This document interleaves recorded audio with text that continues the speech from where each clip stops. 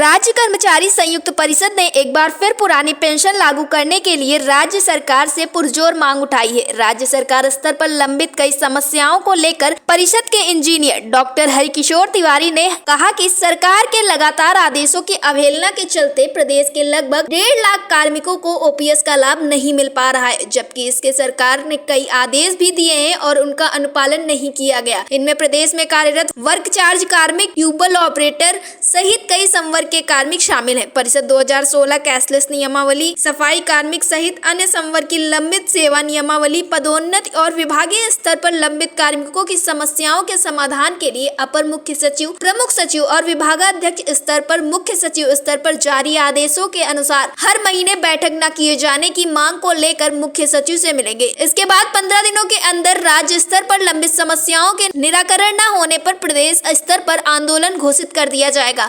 इस पर अटल टीवी की टीम ने राज्य कर्मचारी संयुक्त परिषद उत्तर प्रदेश के प्रदेश अध्यक्ष हरिकिशोर तिवारी से टेलीफोनिक वार्ता की। उन्होंने क्या कुछ कहा, आप भी सुनिए। हरिकिशोर जी, आपका हमारे चैनल अटल टीवी में बहुत बहुत स्वागत है। जी धन्यवाद। जी, आपका एक प्रेस कॉन्फ्रेंस हुआ है पुरानी पेंशन बहाली को लेकर, उसमें कुछ मुख्य मांगे उठाई गई हैं, वो मांगे क्या है बताइए।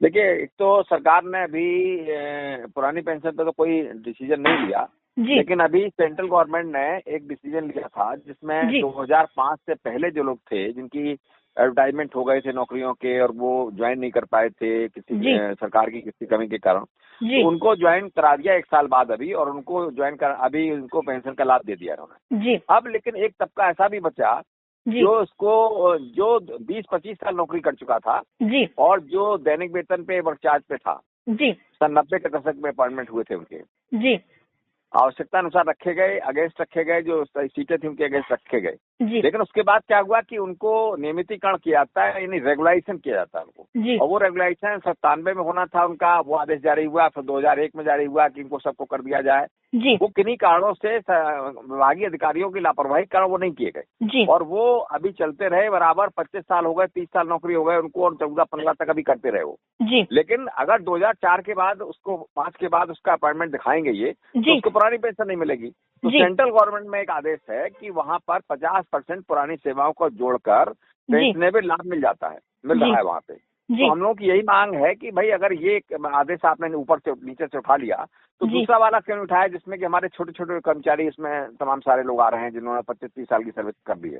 अगर आप कहते हैं केंद्र के समान पेंशन में हम बात करेंगे, वो कहते हैं केंद्र के समान पेंशन में हम वही बात करेंगे जो केंद्र में होगा, तो फिर इसको भी मानना चाहिए ना, जिससे हमारा 1.5 लाख कर्मचारी कम से कम लाभान्वित होगा उत्तर प्रदेश में, जिनका नुकसान हो रहा है। हम पुरानी पेंशन की तो बात कर ही रहे हैं, इसमें तो हम लड़ ही रहे हैं, उसके लिए तो लड़ेंगे, लेकिन जो सेंट्रल गवर्नमेंट में है उसको भी तो लागू करिए ना। जी हरिकिशोर जी, अगर बात करें आंगनबाड़ी के, एनएचएम कर्मचारियों की, मनरेगा कर्मियों की, तो कई सारी समस्याओं से ये कर्मचारी जूझ रहे हैं और उनसे हम लोग लगातार लाइव पे बात करते आए हैं, कई सारी कवरेज की इनके, तो बातें ये निकल के आई है कि कर्मचारी का कहना है कि सरकार तो चीजें दे रही, लेकिन ये सारी चीजें जो कर्मचारियों तक नहीं पहुंच रही है, उसके बीच में जो हाथ है वो अधिकारियों का हाथ है, क्योंकि ये सारी चीजें जो गड़बड़ कर रहे हैं वो अधिकारी कर रहे हैं। तो आप इस बात से क्या सहमत हैं?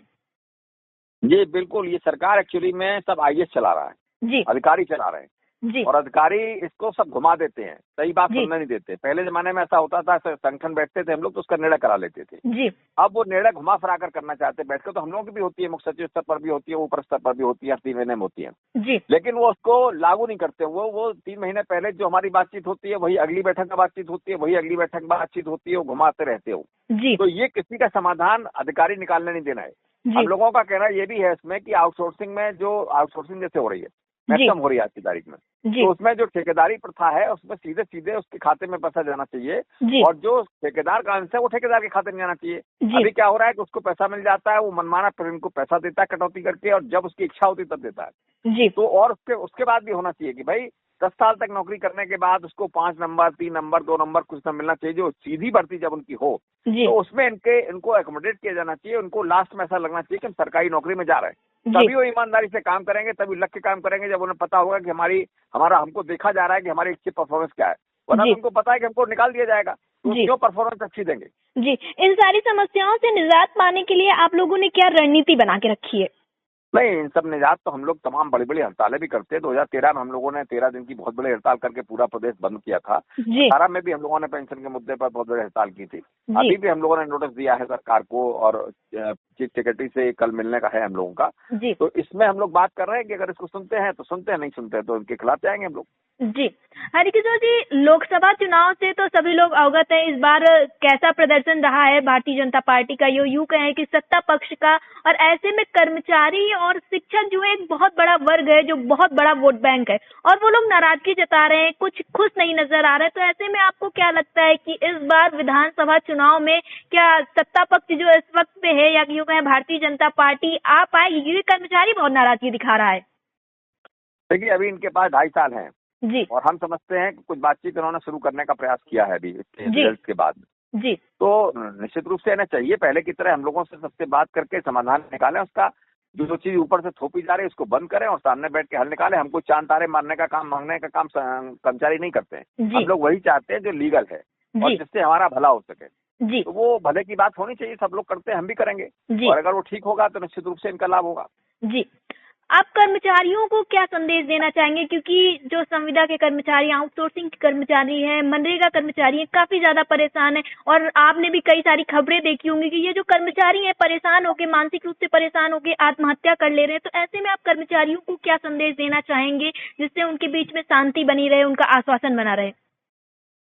देखिए, उन लोगों को सबको एकजुट रहना चाहिए। कहीं ना कहीं प्रदर्शन भी साल 2 साल में एक बार होना चाहिए।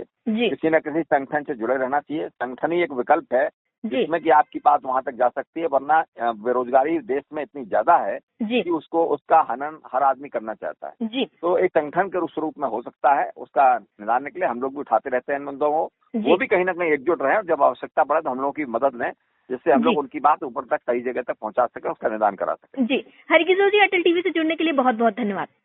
नमस्कार।